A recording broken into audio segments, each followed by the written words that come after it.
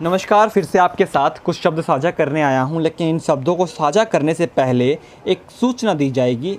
ध्यान से सुनिएगा। मैं जो शब्द अपने मुखमंडल से आपके सामने प्रस्तुत करने जा रहा हूं, उनका वास्तविक जीवन से कोई लेना देना नहीं है। यदि कोई सामान्यता पाई जाती है तो उसे केवल एक संयोग समझें।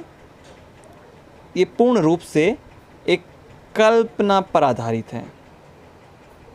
ये वंशवाद भी देखो क्या क्या हो खेल दिखाता है। ये वंशवाद भी देखो क्या क्या हो खेल दिखाता है। गधा भी खुद को घोड़ा समझे, ये बात सभी को बताता है। गधा भी खुद को घोड़ा समझे, ये बात सभी को बताता है। वंशवाद का दूजा रूप ही नेपोटिज्म कहलाता है, जिसके कारण समय से पहले एक सितारा बुझ जाता है। ये वंशवाद भी देखो क्या क्या हो खेल दिखाता है। उपनाम का ये सहारा लेके ऊपर हो चढ़ता जाता है। उपनाम का ये सहारा लेके ऊपर हो चढ़ता जाता है। जिनको पता ना हो उपनाम क्या होता है, सरनेम की बात कर रहा हूँ यहाँ मैं। उपनाम का हो नाम हो लेके ऊपर ये चढ़ता जाता है। मेरे हो पुरखे कितने महान, सबको ये ही बतलाता है। खुद की करनी कथनी कभी नहीं दिखलाता है।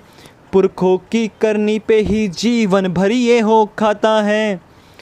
पहले नाना फिर दादी फिर माँ बाप चले हो आते हैं। पहले नाना फिर दादी फिर माँ बाप चले हो आते हैं। संपूर्ण राष्ट्र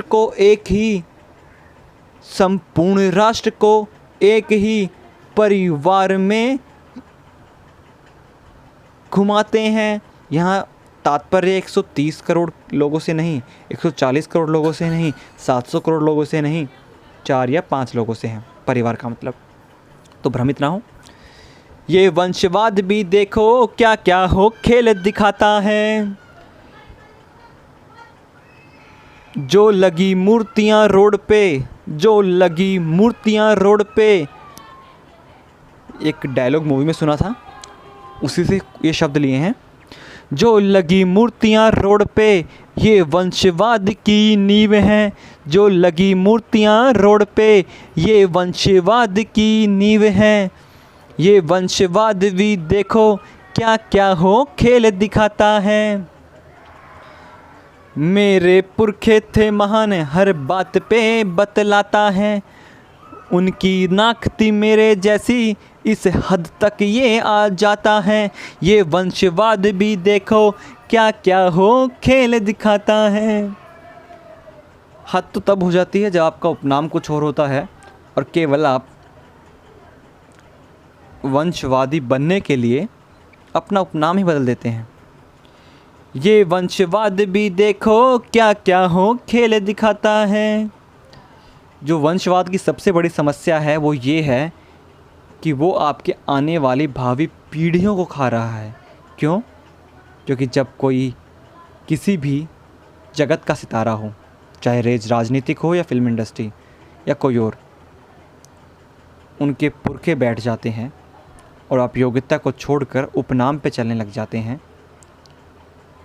कि ये उस कुनबे से या ये उस कुनबे से, तो योग्यता समाप्त हो जाती है। ये वंशवाद भी देखो क्या क्या हो खेल दिखाता है। मेरा कुल ऊंचा मेरा कुटुंब ऊंचा, सबको हो ये हो बताता है। गधा भी खुद को घोड़ा समझे, हर एक को ये हो बताता है। चाहे आप में योग्यता 0 हो,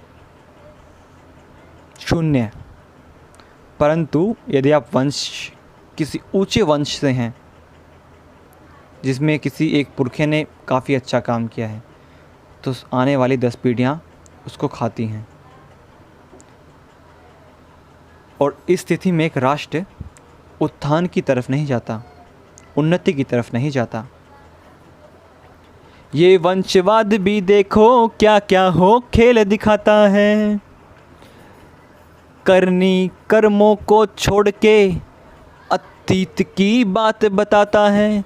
करनी कर्मों को छोड़ के अतीत की बात बताता है। इसलिए मैं कहता हूँ, ना कभी अंधभक्त बनो, ना कभी चमचा, ना कोई और।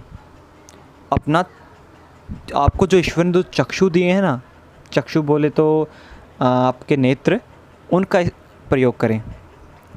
ये वंशवाद भी देखो क्या क्या हो खेल दिखाता है।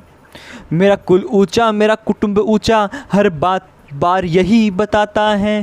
भरी सभा में अपने पुरखों का नाम दोहराता है। अपने पुरखों को याद कीजिए। मानता हूँ कि यदि आपके पुरखों में किसी ने कोई अच्छा काम किया है तो उनको याद रखना चाहिए, लेकिन अपने पुरखों के काम के माध्यम से आप अपना कोई काम बनाने का प्रयास करते हैं तो वो सही नहीं है।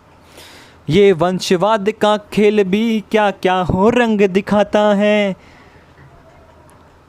तो समझ जाइए, वंशवाद को छोड़ दीजिए और गधों से बचिए, तभी कोई उगता हुआ सितारा ना डूबेगा, कोई गरीब घर से उठा हुआ नेता ना गिरेगा और सबको बराबरी का हक मिलेगा। नमस्कार।